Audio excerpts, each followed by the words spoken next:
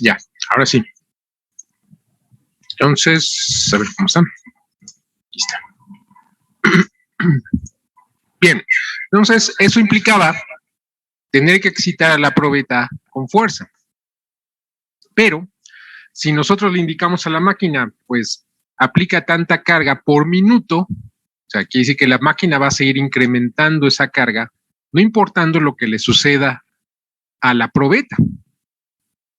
Y en ese sentido, pues obviamente en la parte lineal no hay problema, porque pues hay una proporcionalidad entre la fuerza y el desplazamiento, pero a partir del límite elástico, entonces se rompe esa proporcionalidad y cada vez se requiere menos carga para estirar esa probeta. Es decir, que si nosotros le ordenamos a la máquina, es decir, la consigna en la máquina es incrementa tanta fuerza por minuto, pues entonces la máquina va a seguir incrementando independientemente si la velocidad a la cual se está desplazando la probeta es muy alta.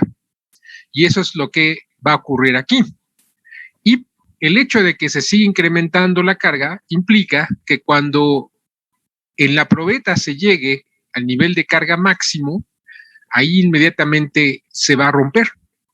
Y lo que va a pasar es que no vamos a poder reconstruir o construir una gráfica esfuerzo-deformación completa. ¿Sí? Entonces, lo que vamos a poder reconstruir es este pedazo de la curva del diagrama esfuerzo contra, que en este caso, pues va a ser deformación-esfuerzo. Entonces, si nosotros hacemos que la variable independiente sea la fuerza, vamos a perder información. Para no perder información, entonces tenemos que actuar al revés. Porque nuestra máquina pues, es una máquina de un solo grado de libertad. Entonces, tenemos que modificar el parámetro que estamos controlando. Y para no perder información, entonces, necesitamos hacer que la máquina de ensayos mecánicos, más bien el cabezal de la máquina, el actuador de la máquina, sea la variable de control. Es decir, nosotros le vamos a decir a la máquina, muévete a tantos milímetros por minuto. Y entonces ahí estamos haciendo que la variable independiente sea el desplazamiento de la probeta y lo que vamos a hacer es decir, la respuesta, lo que vamos a analizar es cómo evoluciona esa fuerza a lo largo del tiempo. Bueno, además, ahí sabemos que hay un parámetro controlado que es el desplazamiento, pero lo que no está controlado, es decir, la respuesta de la probeta, pues va a ser la fuerza y de esa manera no vamos a perder información. Bien, entonces, aquí es justamente lo que les quiero llamar la atención. Es decir, primero, toda la teoría que existe nunca va a ser suficiente para describir la realidad. Primero, es primer aprendizaje de todo lo que estamos viendo. Segundo, si ustedes son ingenieros y quieren materializar o llevar a la práctica esto, necesitan pensar en los medios, justamente regresamos a los medios, con los cuales poder llevar a cabo un experimento que recree en la medida de lo posible lo que la teoría está diciendo. Segundo aprendizaje. Tercer aprendizaje. Un ensayo jamás va a recrear exactamente lo que dice la teoría. Y de hecho, el ensayo está basado en una teoría. ¿Sí? ¿Sí se entiende? Mucha gente piensa que el ensayo es la realidad. No. Por ejemplo, ustedes van a ensayar una estructura. una estructura, vamos a ver que ustedes quieren ensayar el ala, una semiala de una aeronave. Primero, la realidad es mucho más compleja que toda la teoría que tengamos para describir lo que está ocurriendo en esa estructura del ala. Segundo, ningún ensayo va a recrear de manera precisa, o sea, extremadamente precisa, lo que está pasando en la estructura, en la real, en la aeronave. Lo que podemos hacer es acercarnos a generar las condiciones de acuerdo a lo que se espera cómo se va a comportar esa estructura en la realidad. Pero hay que tener en mente que exactamente no vamos a poder recrear todo lo que está pasando ahí. Entonces, ya hay una diferencia. Y segundo, bueno, más bien tercero, si nosotros podemos hacer cualquier ensayo, pero tenemos que basarnos en teorías para poder recrearlo. Es decir, ustedes, ¿cómo van a saber cómo aplicar las cargas? ¿Cuáles son las cargas que van a aplicar a esa estructura de esa aeronave? Pues tienen que hacer un análisis porque la aeronave todavía no existe, por eso quieren saber cómo se va a comportar esa estructura. Pues tienen que basarse en teorías y estimar la distribución de carga que va a haber en esa estructura. Tienen que, a partir de teorías, decir, bueno, en tal estación, en tal sección transversal, pues se van a presentar tales esfuerzos. Para eso requieren teorías. Entonces, el ensayo trata de recrear condiciones teóricas. Bueno, cuando menos en estos que estamos viendo a nivel del material, trata de recrear condiciones teóricas. Es decir, S, ¿no? Queremos obtener las S. Bueno, ya vimos que las S directamente no las podemos encontrar. Porque normalmente si no queremos perder información, pues tenemos que hacer que la variable independiente sea el desplazamiento. Atención. Si bien estamos haciendo que la variable independiente sea el desplazamiento, al ser una máquina de un solo grado de libertad, automáticamente también estaríamos cumpliendo de que solamente va a haber una componente del tensor de esfuerzos. Y las ecuaciones, las 6 ecuaciones que habíamos visto que se cumplen si hacemos que una de las componentes del tensor de esfuerzos sea diferente de 0 y todas las demás 0, esas ecuaciones se están cumpliendo. Lo que tenemos que hacer de todas esas ecuaciones es cambiar o despejar la componente del tensor de deformaciones que justamente nos va a proveer el control, o que a través de esa nos va a decir cuál es la variable que tenemos que controlar en la máquina de ensayos mecánicos. ¿Sí? Entonces, del diagrama esfuerzo-deformación, lo que normalmente se obtiene es una pendiente que corresponde a un módulo de elasticidad. ¿Sí se entiende? Ahora, quiere decir que en términos de ingeniería, es decir, en términos de lo que sí podemos medir en la realidad, pues no van a ser las S. Lo que sí podemos medir en la realidad son las propiedades de ingeniería. Eso es muy importante, que además están basadas en una definición de esfuerzo y deformación de ingeniería. Bien, entonces, a partir de esas propiedades que sí podemos medir en el laboratorio, entonces tenemos que estimar justamente las constantes elásticas que nos dice la teoría. Es decir, así tenemos expresada nuestra ecuación constitutiva, que es la teoría, y de esta manera podemos estimar los elementos de este tensor que nos dice el comportamiento del material en términos de lo que sí podemos medir en el laboratorio. ¿Sí se entiende?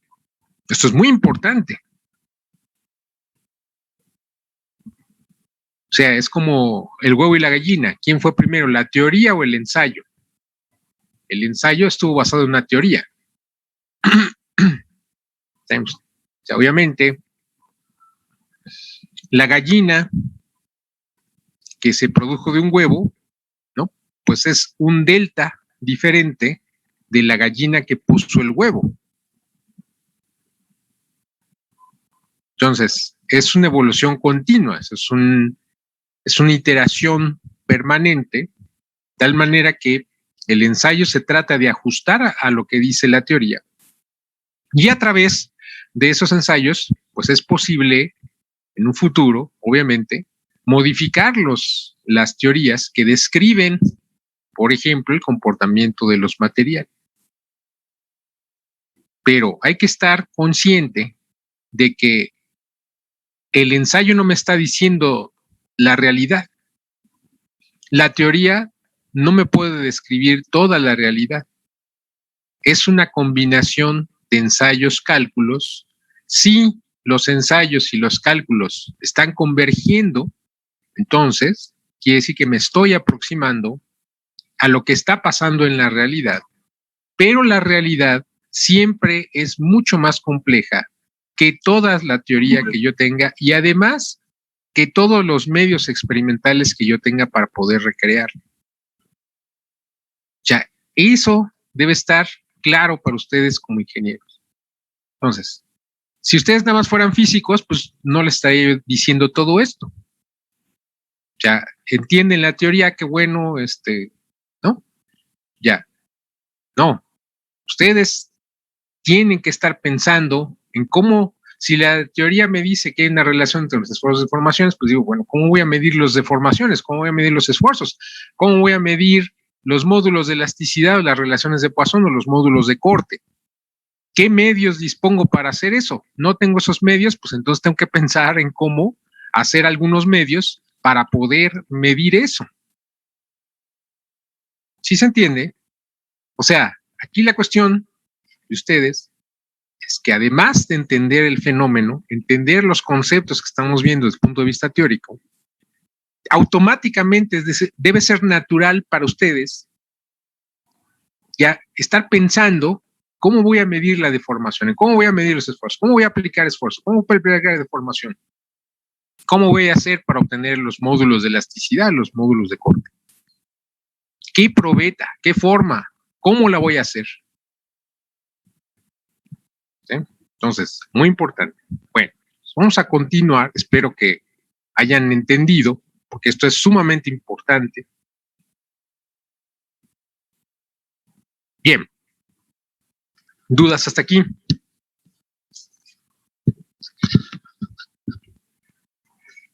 Bueno, entonces, nosotros vamos a analizar materiales compuestos de matriz polimérica reforzados por algún tipo de fibras. Ya vimos qué tipos de fibras, ya vimos qué tipos de matrices y normalmente van a tener una configuración como la que está aquí.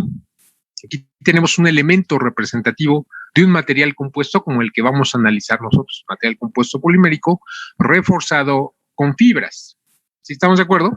Así. Esto caería, si ustedes se fijan, la configuración de este material tiene simetría. Si la configuración de este material tiene simetría, entonces estamos en presencia de qué tipo de material, de qué tipo de materiales. Ortotrópico. Ortotrópicos. Entonces quiere decir que caemos o el comportamiento de este material va a estar descrito por una ecuación constitutiva como esta. ¿Sí se entiende? Ok, entonces ya estamos centrados en el objeto de nuestro estudio en este curso.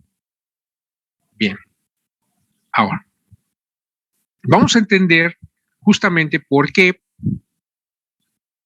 las propiedades del material compuesto van a depender de las propiedades de los constituyentes y además que dependiendo de la cantidad de refuerzo y matriz, con esas fracciones volumétricas, pues así van a ser las propiedades. Entonces, vamos a ver por qué esas propiedades van a depender de esas fracciones.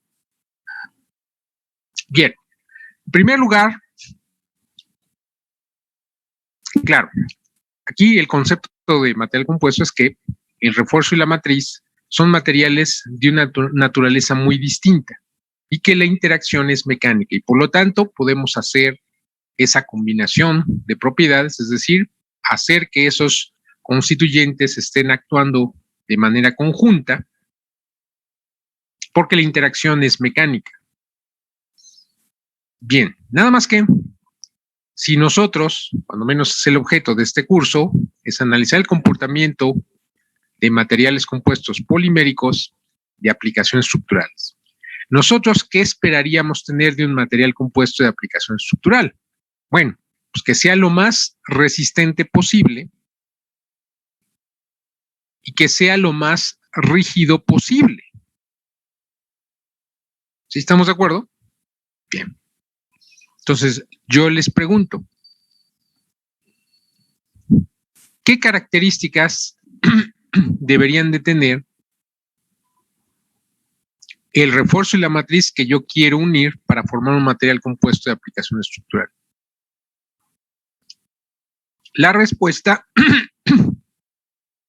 está en justamente los diagramas esfuerzo de formación de esos constituyentes. Ahora, si normalmente el refuerzo es el que le imprime o contribuye en mayor medida a la resistencia y a la rigidez, entonces significa que los refuerzos normalmente son muy resistentes y muy rígidos. Pero muchas veces, al ser muy resistentes y muy rígidos, estos materiales que están hechos los refuerzos también son frágiles. ¿Qué significa que es un material frágil?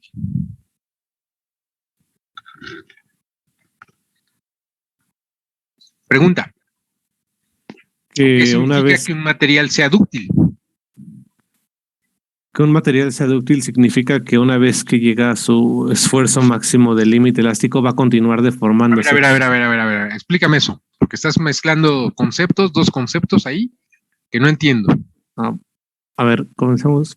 Que sea dúctil significa que cuando llega a su esfuerzo de cedencia, mejor dicho, va a seguir deformándose, pero ahora de manera plástica. O sea, va a haber una deformación plástica.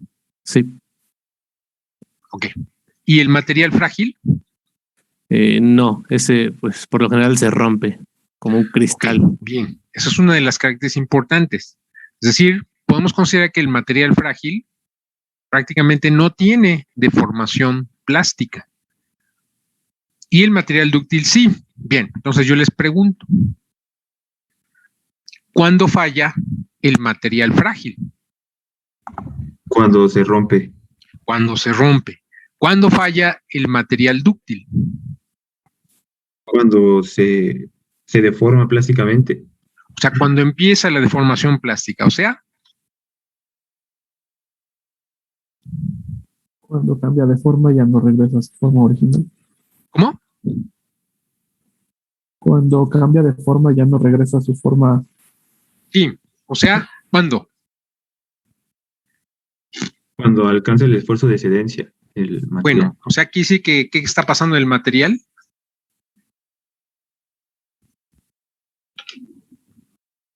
Es el propio concepto que me acaban de decir. ¿Qué dijeron? ¿Qué dijo su compañero? Está deformando el material. No, el último compañero me dijo algo.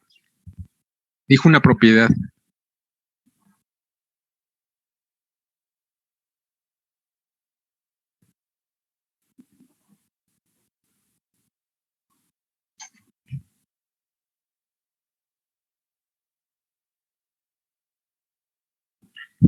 habló de un esfuerzo. ¿Qué esfuerzo? Así, el esfuerzo de excedencia. Ok, entonces, si existe un esfuerzo, es porque el material, ¿qué le pasa?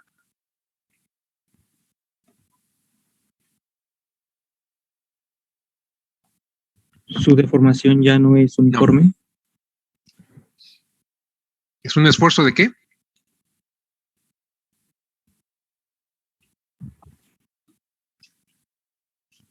Porque el material está cediendo. El material está cediendo. O sea, quiere decir que el material dúctil falla cuando Cuando cede. cuando cede. Es decir, cuando empieza a haber una deformación plástica. Importante. Bien. Entonces aquí nos debe de llevar una pregunta.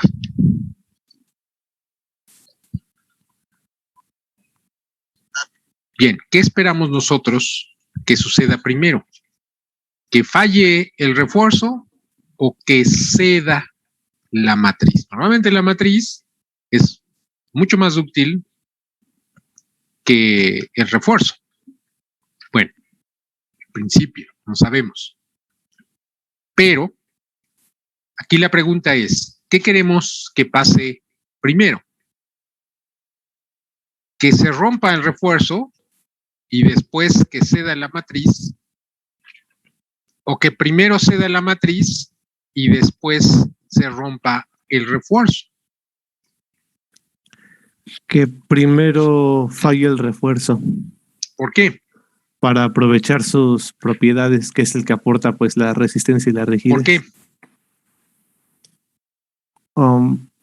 Pues es que si primero falla el refuerzo, aunque sea después tenemos la ductilidad de la matriz como para, en el caso suponiendo que fuera una estructura, como para aguantar la estructura. A ver, ahí intrínsecamente estamos diciendo que hay una acción combinada. O sea, cuando digo falla primero en términos de qué variable.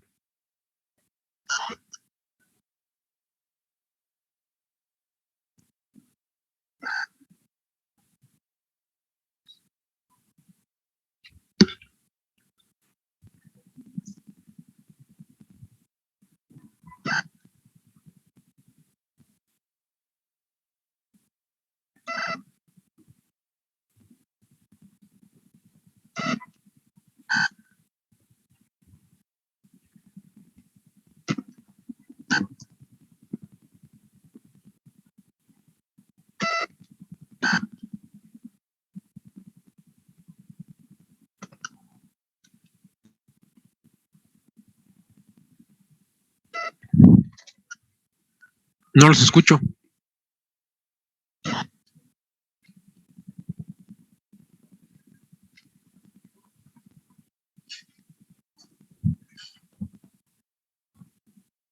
De la deformación, De la deformación. ¿Por qué de la deformación? pues, bueno, no sé, lo pensé así porque es la variable independiente. ¿La variable qué? Independiente.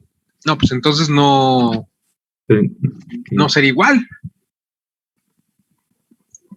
A ver, ¿qué acabamos de decir en todo lo que le expliqué justo anteriormente? Es que ahí, es que tienen que entender, más bien aquí, o sea, justo el concepto que le estoy preguntando lo acabamos de ver. Todo lo que me pasó explicando de qué variable de control teníamos que determinar como excitación para obtener un diagrama, qué diagrama, ¿no? Y vimos que en la realidad, en el laboratorio, la variable que tenemos que controlar, pues tenemos que hacer que la deformación sea la variable independiente. Y para eso necesitamos que en la probeta la variable independiente sea el desplazamiento. Bien.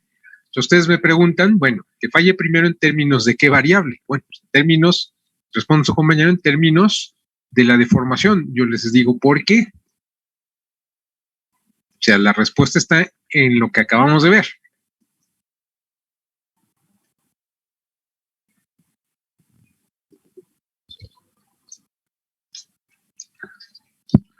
Ok, entonces, de acuerdo a lo que acabamos de ver, si yo voy a hacer un ensayo para obtener alguna propiedad para este material, entonces quiere decir que yo tengo que controlar, tengo que decir mi máquina de ensayos mecánicos, pues muévete a tantos milímetros por minuto.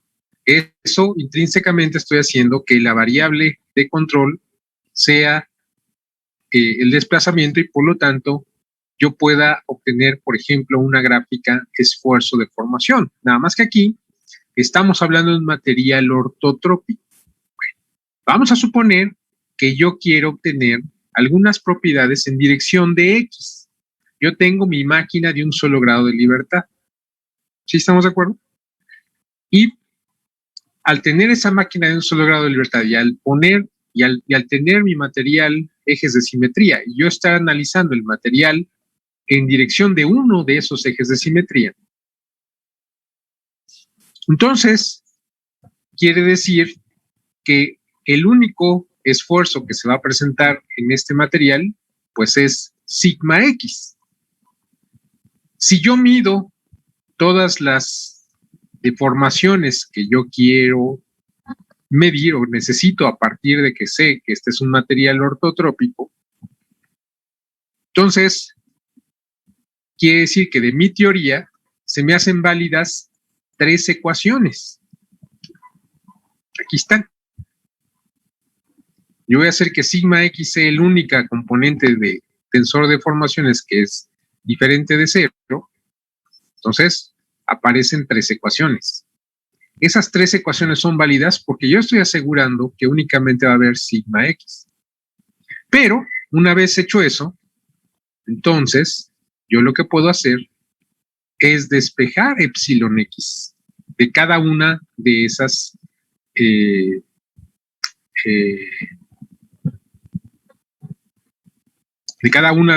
ecuaciones.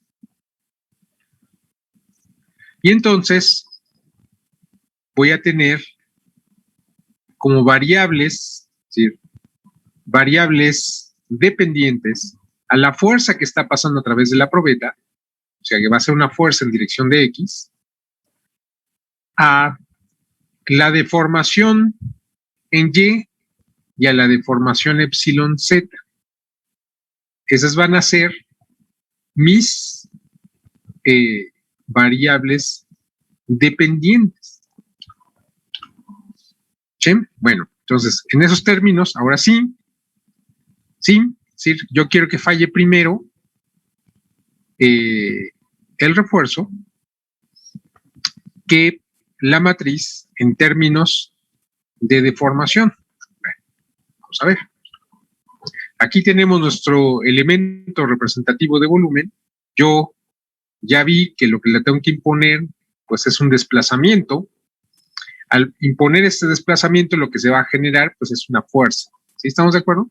Una fuerza de manera global, pero yo veo que este elemento representativo de volumen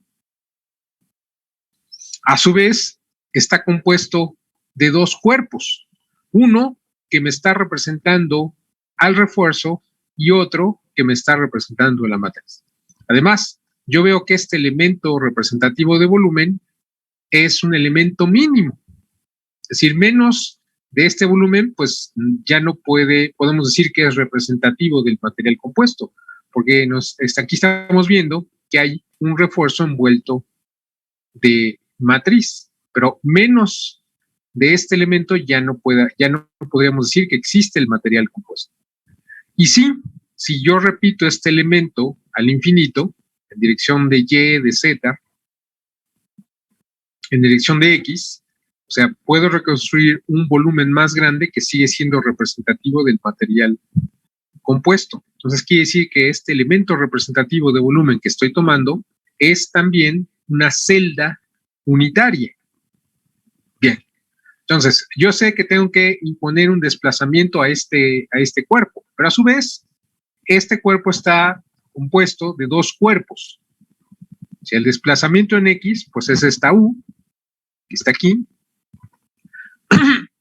Bien, ¿cómo la definición de material compuesto me dice que la interacción es mecánica entre ambos, pues entonces quiere decir que están pegados. Y si están pegados, quiere decir que necesariamente si a mi elemento representativo de volumen, que en este caso es una celda unitaria, yo le impongo un desplazamiento U, pues necesariamente, si están los dos pegados, pues el desplazamiento que se le está imponiendo es el mismo también al refuerzo y es el mismo también a la matriz. Ahora, el desplazamiento sabemos que es el mismo, o sea, el desplazamiento que está sufriendo el cuerpo que me representa la fase fibra y el cuerpo que me representa la fase matriz es el mismo que el desplazamiento que le estoy imponiendo a mi elemento representativo de material compuesto. ¿Se entiende eso, primero que nada? Bien, ahora, cada uno de estos cuerpos está hecho de un material diferente, que obviamente tiene propiedades diferentes. Por ejemplo, tiene cada uno de ellos su propio módulo de elasticidad. Entonces, nosotros sabemos que ¿cuál es la fase más rígida? Pregunta. Refuerzo. El refuerzo. El refuerzo. Por lo tanto, ¿qué sabemos sobre el módulo de elasticidad del refuerzo?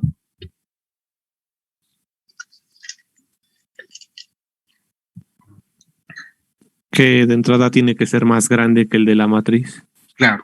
Si el refuerzo es el material que está aportando la resistencia y la rigidez, pues significa que el módulo de elasticidad del refuerzo es mucho más alto que el módulo de elasticidad de la matriz. Si ambos cuerpos están sometidos al mismo desplazamiento, y si yo lo relaciono con la longitud que está afectando, que es esta L, lo que obtengo es que la deformación en los materiales de los que está hecho tanto el refuerzo como la matriz, pues va a ser igual.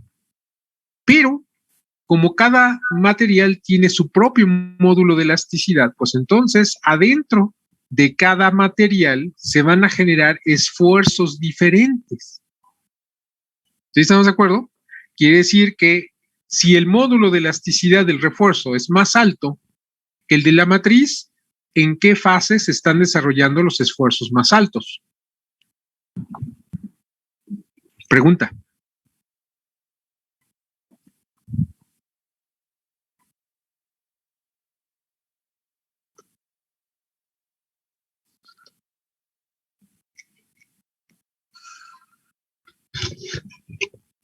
Pregunta.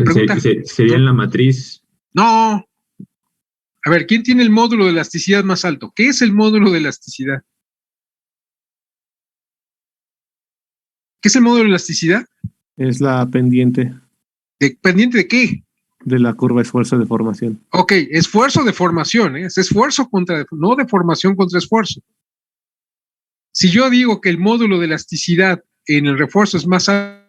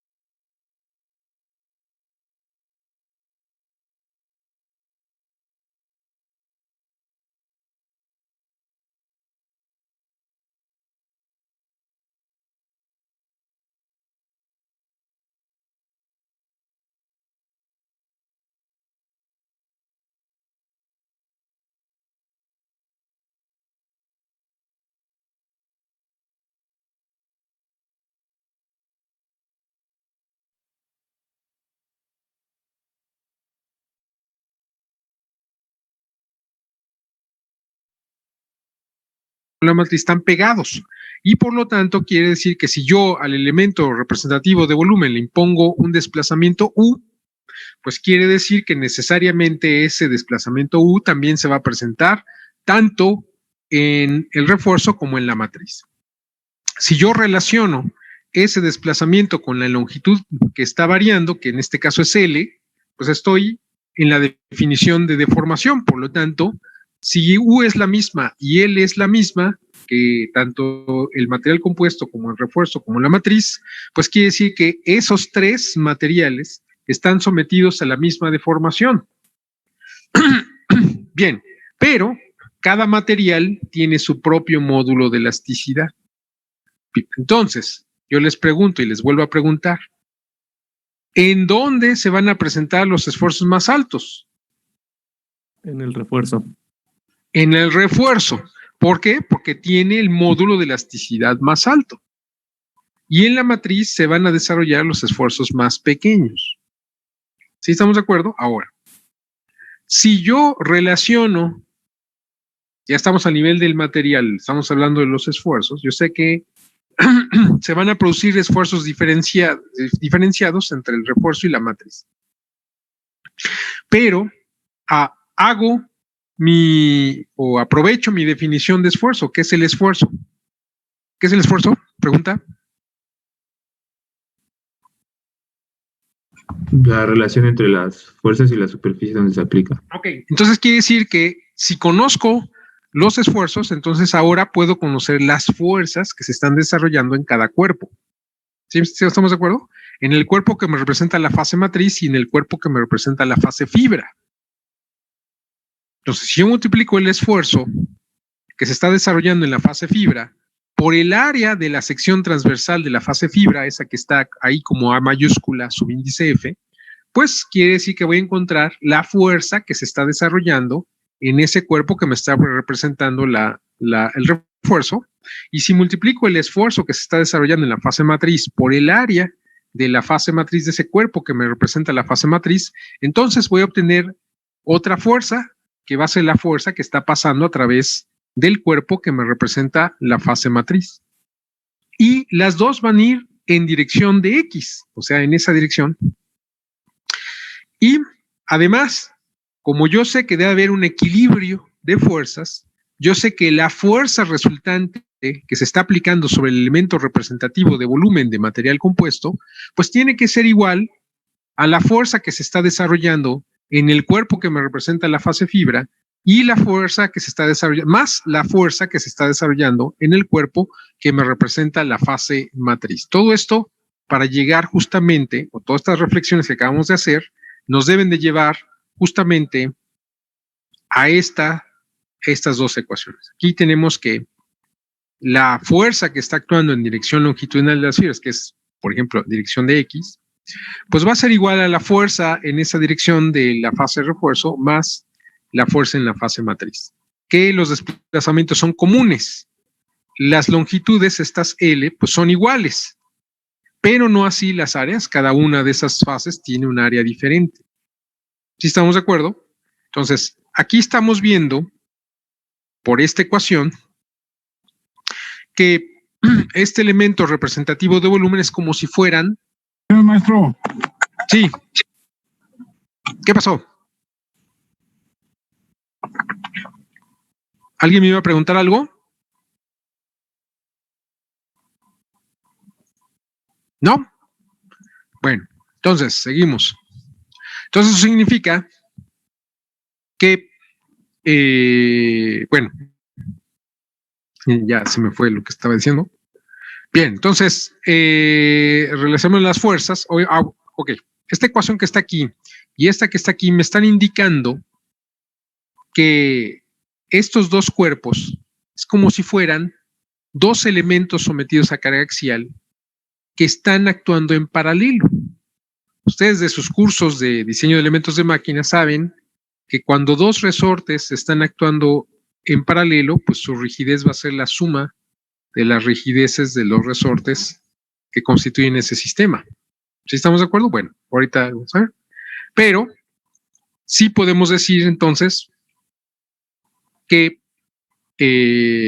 bueno, la suma de estas fuerzas, de las que están desarrollando en la fase matriz y en la fase refuerzo, pues tiene que ser a la fuerza resultante que se está aplicando o que está pasando a través de este elemento representativo de volumen. Teniendo la definición de esfuerzos, entonces yo puedo establecer estas relaciones que están aquí. Es decir, la fuerza resultante sobre el material compuesto, pues va a ser igual al esfuerzo global que se está desarrollando en el material compuesto por el área de la sección transversal de todo este elemento representativo de volumen, que es A subíndice C. Yo también puedo establecer esta ecuación, que el esfuerzo en esta dirección, que se está desarrollando en la fase fibra, multiplicado por el área de la sección transversal de la fase fibra, pues va a ser la fuerza que está pasando a través del cuerpo que representa la fase fibra. Y algo semejante para la matriz, es que el esfuerzo que se está desarrollando en la fase matriz, multiplicado por el área de la fase matriz, pues va a ser igual a la fuerza que se está desarrollando en la fase matriz. Yo estas tres expresiones las sustituyo acá y lo que obtengo es esto. Ahora, yo despejo lo que me interesa, sigma L. Sigma L, pues es el esfuerzo que se está desarrollando de manera global en el material compuesto, en la sección transversal de mi elemento representativo de volumen, y va a ser igual a esto que está aquí. ¿Sí? Ahora, aquí tengo dos términos, en cada uno de ellos hay un cociente que me relaciona áreas. Bueno, este primer cociente que está aquí, si yo lo multiplico por L, lo que obtengo es el volumen, ahí está F por L, pues va a ser el volumen de refuerzo. Y en el denominador, aquí aparece este producto, AC por L. O sea, yo aquí, a este cociente, lo puedo multiplicar y dividir, bueno, agregarle o multiplicar en el numerador L y agregarle en el denominador L, no estoy alterando nada, y lo que aparece es que es la relación de volúmenes. Aquí me aparece que este cociente que está aquí es justamente la relación entre el volumen de refuerzo y el volumen del compuesto. Y a este otro cociente que aparece en el segundo término, que va a ser la relación de áreas, el área de la matriz entre el área del compuesto, pues eso es equivalente a la relación entre el volumen de matriz y el volumen de compuesto. Pero estas relaciones de volumen pues van a corresponder a las fracciones volumétricas, de tal manera que el esfuerzo que se está desarrollando en el material compuesto va a ser igual a una suma ponderal, ¿sí?, de los esfuerzos que se están desarrollando en cada una de las fases. Bueno, hasta aquí, ¿dudas? Esta es la base de la ecuación que nos va a servir para deducir varias cosas. Bien, en primera instancia, quiere decir que vamos a suponer un caso ideal.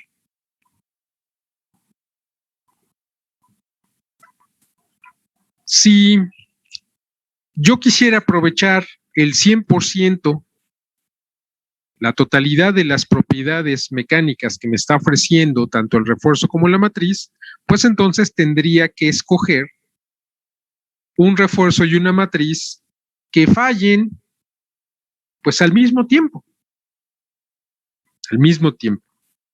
¿Sí? Eso obviamente es prácticamente imposible, pero lo que significa es que yo me tengo que acercar a que la falla de tanto el refuerzo como de la matriz ocurra a unos niveles de deformación semejantes. Es decir, que la deformación a la que ocurre el esfuerzo máximo en el refuerzo sea semejante a la deformación a la cual ocurre el esfuerzo de excedencia en la matriz.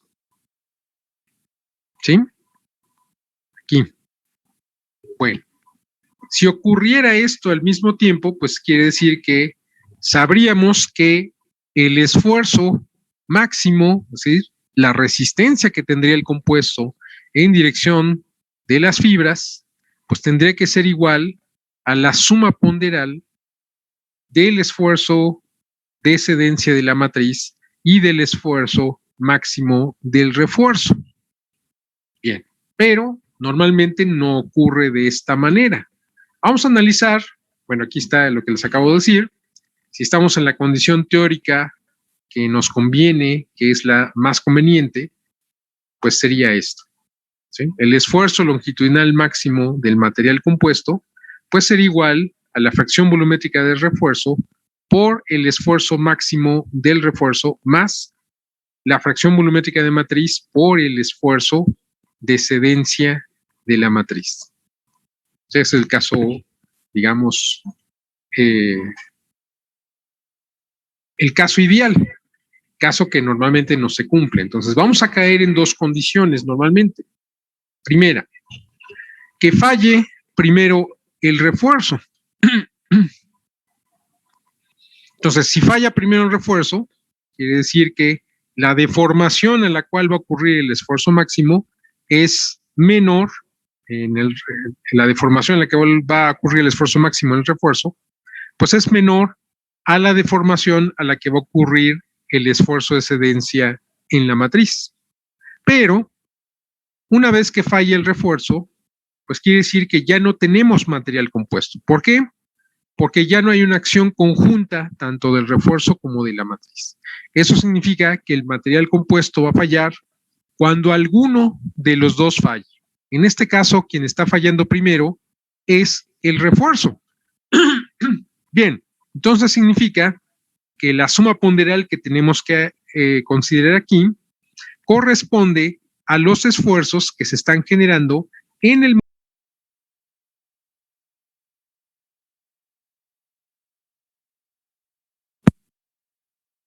Bueno, ¿qué tal? Creo que estamos de vuelta. Perdón, pero se me reinicializó mi computadora por alguna razón que no desconozco. Pero bueno, ya estamos por aquí. Les pido una disculpa. Entonces estamos analizando este caso, último caso en el que no se está aprovechando toda la capacidad que nos podría ofrecer el refuerzo.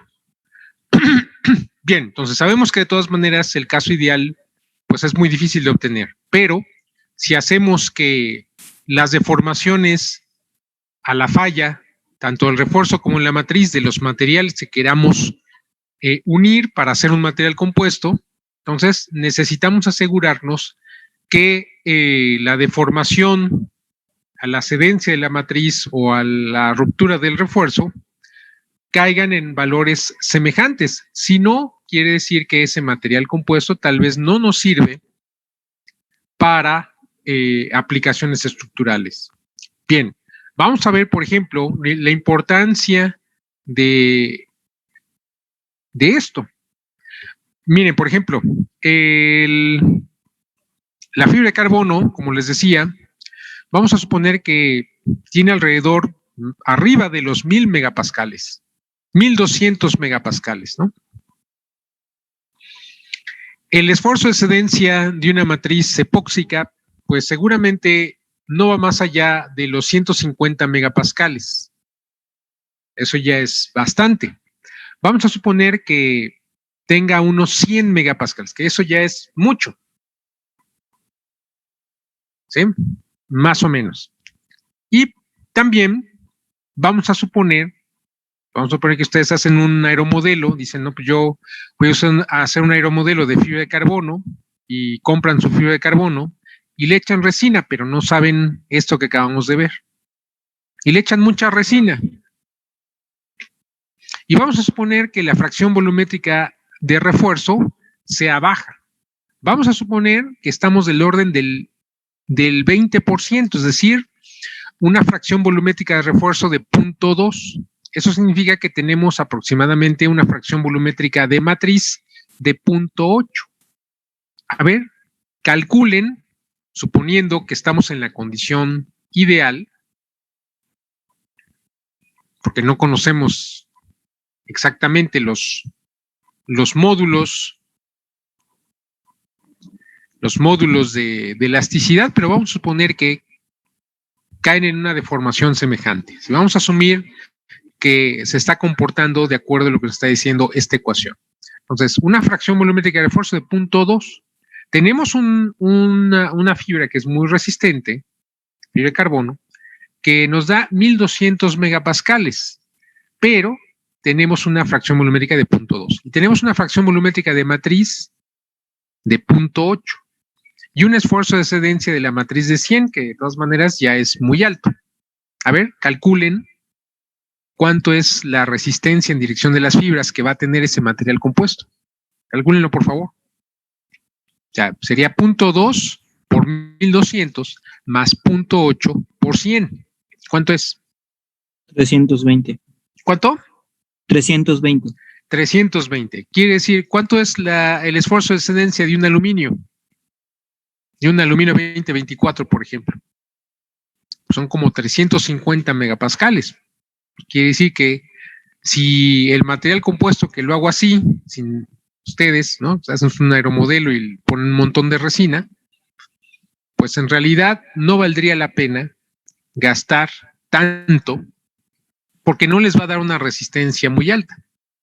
Por el lado contrario, ustedes saben lo que acabamos de analizar, ya están conscientes de todo esto que acabamos de analizar y tratan de sacar la mayor fracción volumétrica de refuerzo. Vamos a suponer que ahora la fracción volumétrica de refuerzo es de 60%, es decir, 0.6.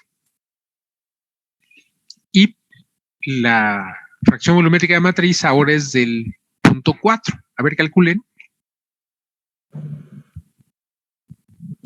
760. 760, ya es lo doble prácticamente que el del aluminio. Entonces ahí ya se vuelve bastante interesante el empleo de los materiales compuestos. Pero por sí solos los materiales compuestos no garantizan una alta relación resistencia-peso. Eso les tiene que quedar claro. O sea, pueden tener una alta relación resistencia-peso siempre y cuando tengamos una fracción volumétrica de refuerzo importante o la más alta posible para que tengamos la resistencia la más alta posible. Si no sabemos esto y no tomamos en consideración esto, pues entonces podemos hacer un material compuesto que no nos represente ninguna ventaja en términos de las propiedades mecánicas. ¿Sí se entiende? Muy importante. Entonces, no por ser fibra de carbono y otra resina, automáticamente van a tener un material compuesto muy resistente. Eso es falso, completamente. ¿Sí? Sí se puede alcanzar una alta resistencia siempre y cuando se cuiden justamente las fracciones volumétricas, tanto de refuerzo como de matriz. ¿Sí se entiende? ¿Dudas hasta aquí? Entonces, ¿cuántos materiales compuestos podemos obtener con el mismo tipo de refuerzo y el mismo tipo de matriz? Pues una infinidad de materiales. ¿Sí? ¿Cuál va a ser las propiedades de ese material? Pues dependiendo de las fracciones volumétricas. Por eso es muy importante. ¿Sí se entiende? Bien. Entonces, ¿cómo obtendríamos? A ver, eso ya lo vimos cuando vimos los espesores equivalentes. ¿Cómo vamos a obtener la mayor fracción volumétrica de refuerzo? Con lo que ya vimos de los espesores equivalentes. Ahí vean sus notas.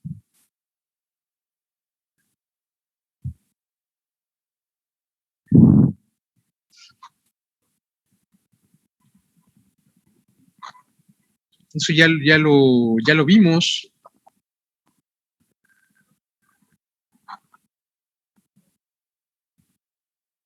Ah, pero eso no está aquí, claro. Está en la otra presentación.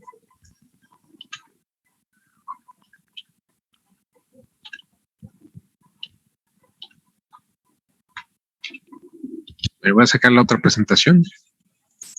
O sea que ya hemos visto en su momento.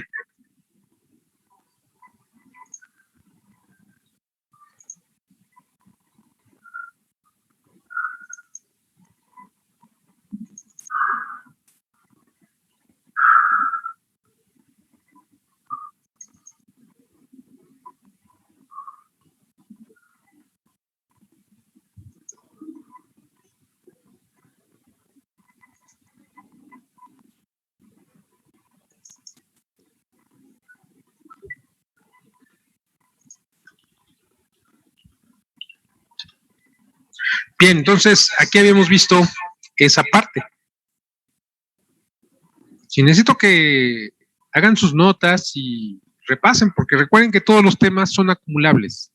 Si los temas que necesitamos para ver esto, pues son como base todo lo que vimos anteriormente. Entonces sí necesito que se pongan a leer. Entonces de esta parte que ya hemos visto, habíamos identificado que la fracción volumétrica de refuerzo, aquí lo que me dice esta ecuación, ¿sí?, va a ser la relación entre el espesor equivalente de refuerzo y el espesor del compuesto.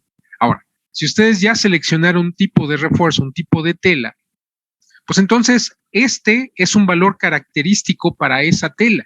Ese ya no lo pueden cambiar. ¿Qué es lo que pueden cambiar? El espesor del compuesto, este espesor. Y entonces les dice que la fracción volumétrica de refuerzo va a ser más grande entre más pequeño sea el espesor de ese material compuesto. Entonces, una vez definiendo el número de capas y el tipo de refuerzo que le van a aplicar a su material compuesto, entonces ustedes tienen interés a obtener el menor espesor posible. ¿Por qué? Porque así van a obtener la fracción volumétrica de refuerzo la más alta posible. Y si obtienen la fracción volumétrica de refuerzo la más alta posible, pues entonces van a obtener la mayor resistencia posible.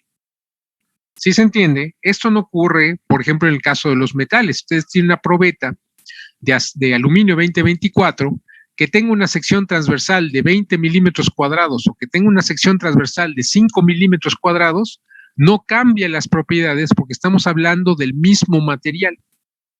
Pero en el caso de los materiales compuestos, sí, porque si ustedes ya definieron el número de capas y el tipo de refuerzo en cada capa, entonces ya definen automáticamente este espesor equivalente.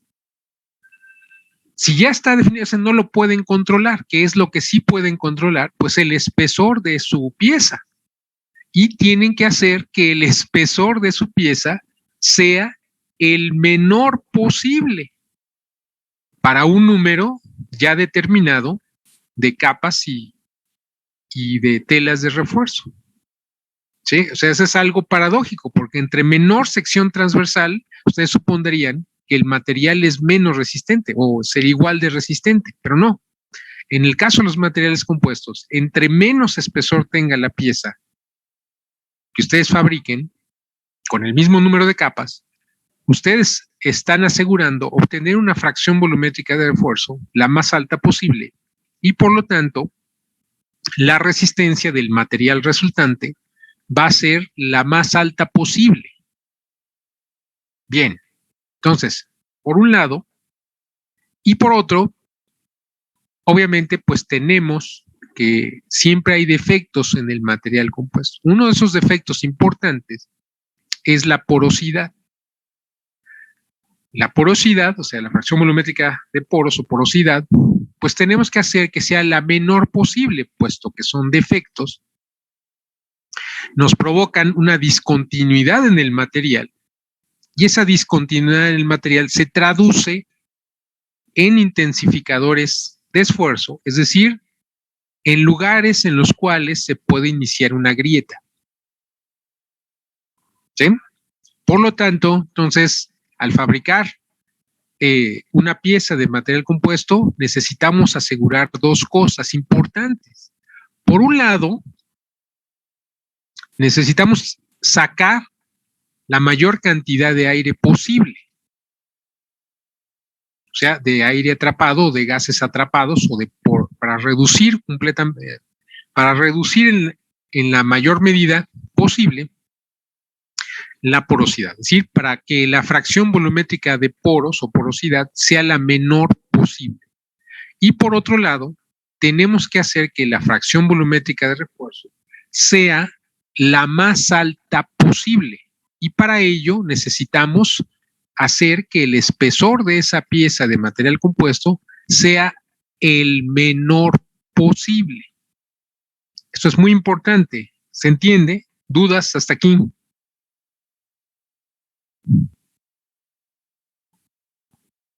Entonces, si vamos a fabricar una pieza de material compuesto para aplicación estructural, necesitamos que esa pieza sea la más resistente posible. Para que sea la más resistente posible, necesitamos hacer que la fracción volumétrica de refuerzo sea la más alta posible y que la fracción volumétrica de poro sea lo más baja posible, pero para que la fracción volumétrica de refuerzo sea la más alta posible, tenemos que obtener el menor espesor posible. Eso significa que si nosotros vamos a fabricar una pieza en material compuesto, y eso es aplicable a los procesos que ustedes van a aplicar, generalmente esos procesos van a contemplar un proceso o una manera de hacer la compactación de esa pieza, de que esa pieza se compacte de tal manera que se obtenga el menor espesor posible. Y por otro lado, todos esos procesos que ustedes van a explicar contemplan de alguna manera la reducción de porosidad, es decir, un medio por el cual se minimice la fracción volumétrica de poros. ¿Se entiende? ¿Dudas hasta aquí? ¿No hay dudas? Bueno, ya no nos da tiempo para que empiece el primer equipo, pero ya en la próxima clase ya empieza el primer equipo. ¿Sí? Sí, profesor. Entonces, también, ¿cuándo se pusieron de acuerdo para que haya una clase de repuesto? Más bien, una clase para avanzar, para que no nos retrasemos en el curso. Tenemos un par de propuestas y una de ellas es el sábado de 8:30 a 10 de la mañana. No sé qué tal se acomode con su horario. Pues yo preferiría que no fuera el fin de semana. También entre El semana viernes. también podemos en la tarde-noche, es lo que comentan los compañeros, que en la tarde-noche es ¿A qué hora? cuando... Ajá. ¿A qué hora? ¿No había comentado que tenía unas clases a esa hora, profesor? Vamos, para estar Bueno, seguros de... los lunes tengo reunión con los chicos de servicio social a las 6. Entonces sería por ahí a partir de las 7:30 o las 8. Los lunes, pero otros días pues, podría, por ejemplo, a partir de las 6.